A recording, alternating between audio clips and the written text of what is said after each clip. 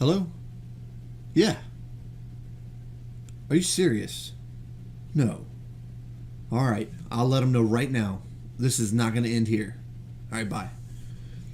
So, I just got off the phone with your future self, and they told me not to let you quit. I'm sorry. I know you're watching this video because you're at the point where you just want to give up. But let me tell you something. You're worth it, my friend. Your family is worth it. Your why is worth it. Just because you feel you're at the point where you've tried everything. You're ready to ring the bell, let the fat lady sing, whatever the case is. Don't give up. In fact, in this video, what I want to share with you are 4 things I want you to try to help you to push through and continue on going. Because everything that I just mentioned is totally worth it. And you know it is. Don't give up yet. Try these 4 things.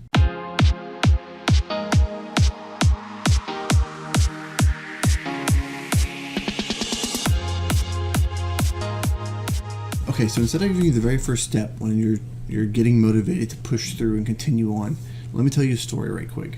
And this story is about a friend of mine named Jason, and he enrolled somebody into his network marketing company. And the guy that he enrolled, they were on their way to convention. And so they finally get to the hotel. The guy goes up to the front desk. He's ready to check in. And the lady says, "I'm sorry, sir, but we don't have a room available for you. It wasn't confirmed." And so come to find out, something was screwed up with the finances, and he thought the money was already withdrawn, and it wasn't withdrawn, and the money was not there, so he didn't have the money. And he was just beside himself with frustration, embarrassment, just being upset at the whole situation in general. And he turned and blamed the opportunity, the business. And he's like, "I'm done with this. I can't do it anymore. I can't take it." And so finally my buddy's like, "Hey man, look, let me just call and talk to some of the upline. I'm sure they'll have a room available or something that we can set up, and we'll be just fine. Just don't leave. You came here for a reason. I'm telling you, don't leave." So he gets on the phone, starts talking to his upline. Sure enough, they have a room, right? So they go get into the room. They go get settled. It's kind of tight, because of how their arrangements are, but they have a room. That night they go downstairs by the pool, and down by the pool are all the high 6-7 figure earners.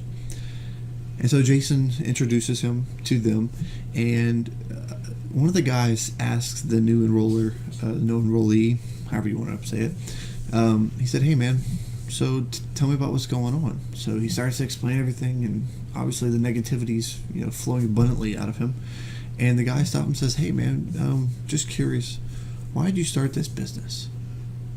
And so the guy says, "Well, it's my family." He reaches into his pocket, right, and he pulls out his wallet, and there's a picture of his wife and 2 kids. And so the high earner was looking at it and says, "So you're telling me that you want to quit, right?" And the guy's like, "Yeah, I'm done with this." So he turns the picture to the man and says, "Look, tell me, or look at them and tell them that they're not worth it. That what you're going through and what you're going to fight through is not worth what you see for the future, for them and for yourself. Can you do that?" Look him square in the eyes. And he broke down. At that point, it hit him in his heart. He understood his why.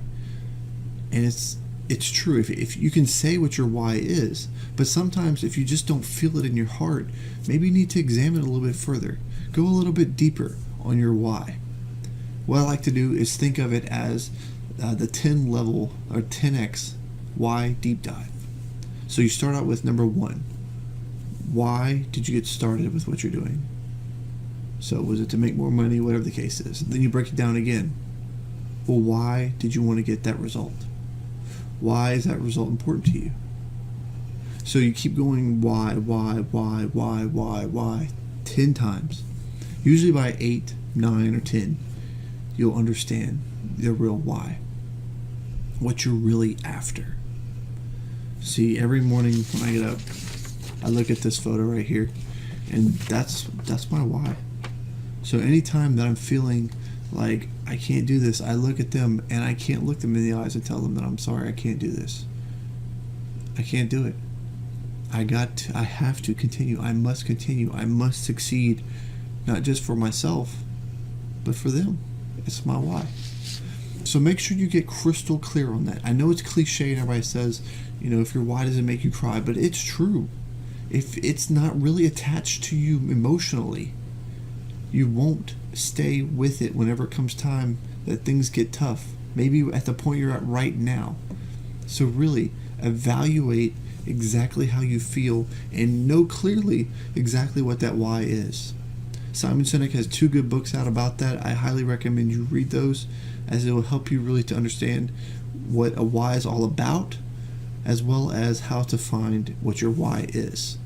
Okay, so step number 2, the thing that I want you to do is another exercise. And this one is a little bit different because the way it was explained to me was through Dean Graziosi. And he said, instead of making a list of all your goals, why not look at the future? Like, let's go 1 year ahead, and this was the best year you've ever had.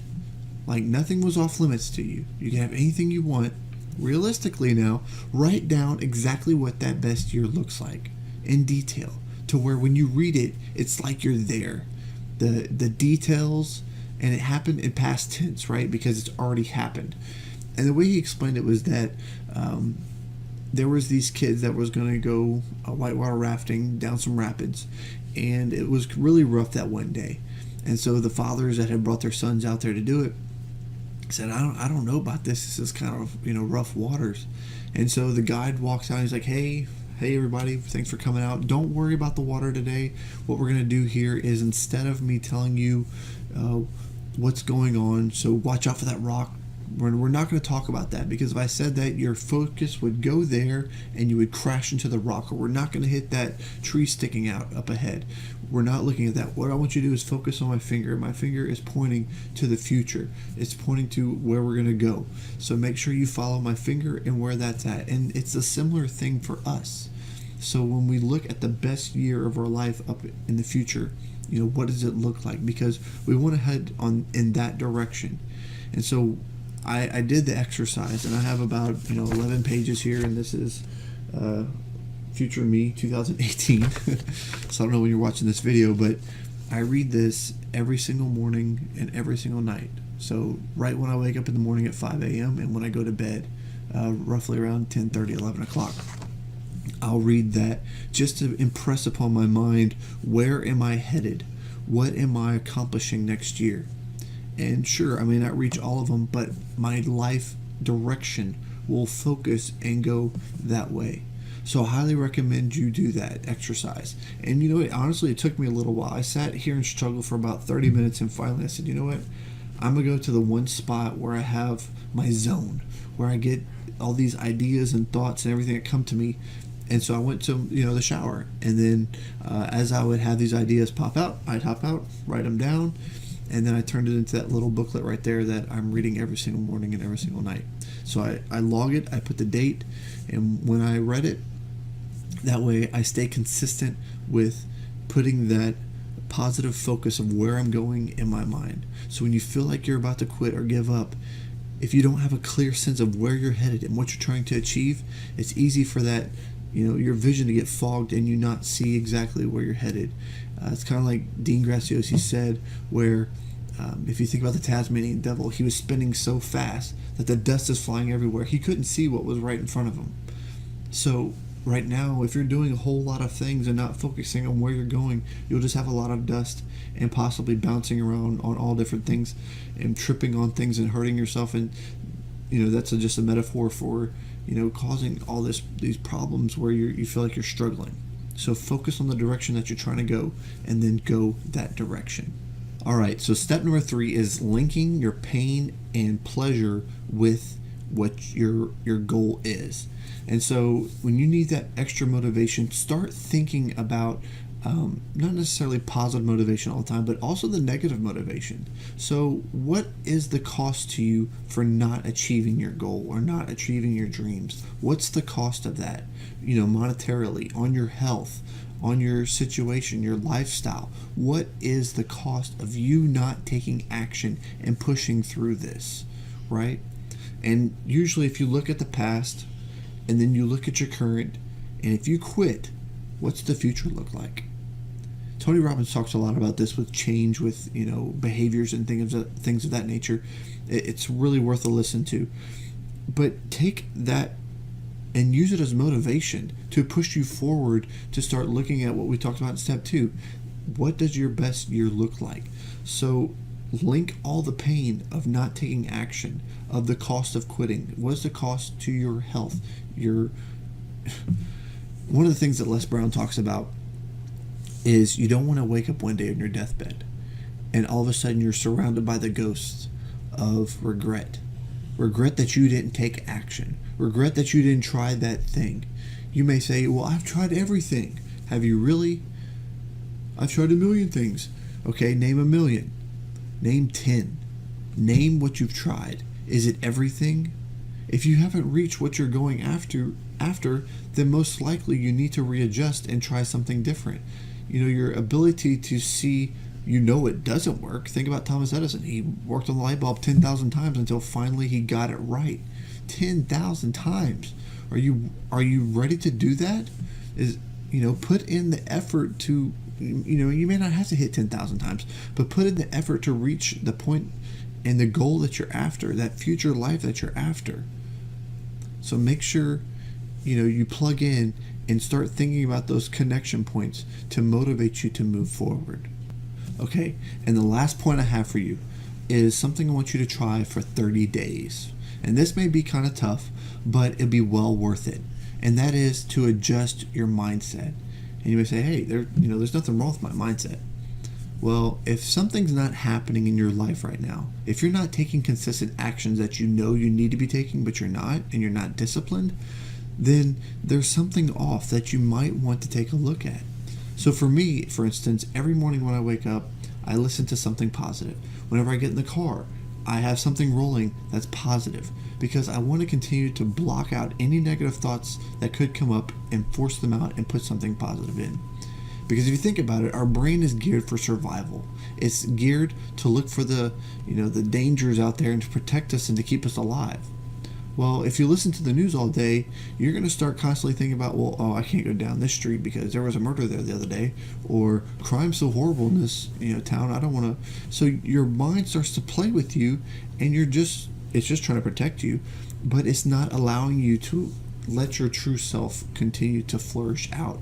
The positivity is being suppressed by the negativity. So flip that. So for 30 days, listen to something positive every single day. So there's a ton of videos on YouTube that you can go to, whether it's Jim Rohn, Les Brown, Tony Robbins, just to name a few. Plug into them every single day for 30 days and notice how your mindset starts to change to where you become more positive oriented over negative oriented. And that goes for the people you hang around with as well. They say you are the sum of the 5 people that you hang around most. And that's very true, because subconsciously, if they're not on a higher level, you will lower yourself just because you want to fit in. And you may say, well, I don't want to fit in. But subconsciously, you do, and you pick up the actions of those that are around you. So make sure you surround yourself with people that are positive. And if you can't, maybe, you don't need to cut them off completely, but find some people to hang out with more often that are more positive. Go to lunch with somebody that's positive and talk about these things and keep your mind focused on what you want. Step number 2, that future pacing of what we're looking after that's already happened. We have a strong belief it's going to happen. And then continue to build your mindset with positive thinking every day. So try that for 30 days. So this wraps up this video. If you've liked this content, please like it, share it, or also subscribe to the channel. I'd love to have you here. And remember that your dreams are worth it. What you want out of life is worth it. Look at that picture of your why every day. Feed your mind the positivity. Do the 30 days of that. And then not only that, go through those other points that we talked about where you future pace. You know exactly what you're after. And then also your why. Get very clear. Go 10 levels deep on that and get super focused on what you're after. That way you start going the direction of the future that you want. And my friend, you're worth it. Don't ever let yourself think anything less. Stay focused, stay positive, stay the course, and I'll see you in the next video.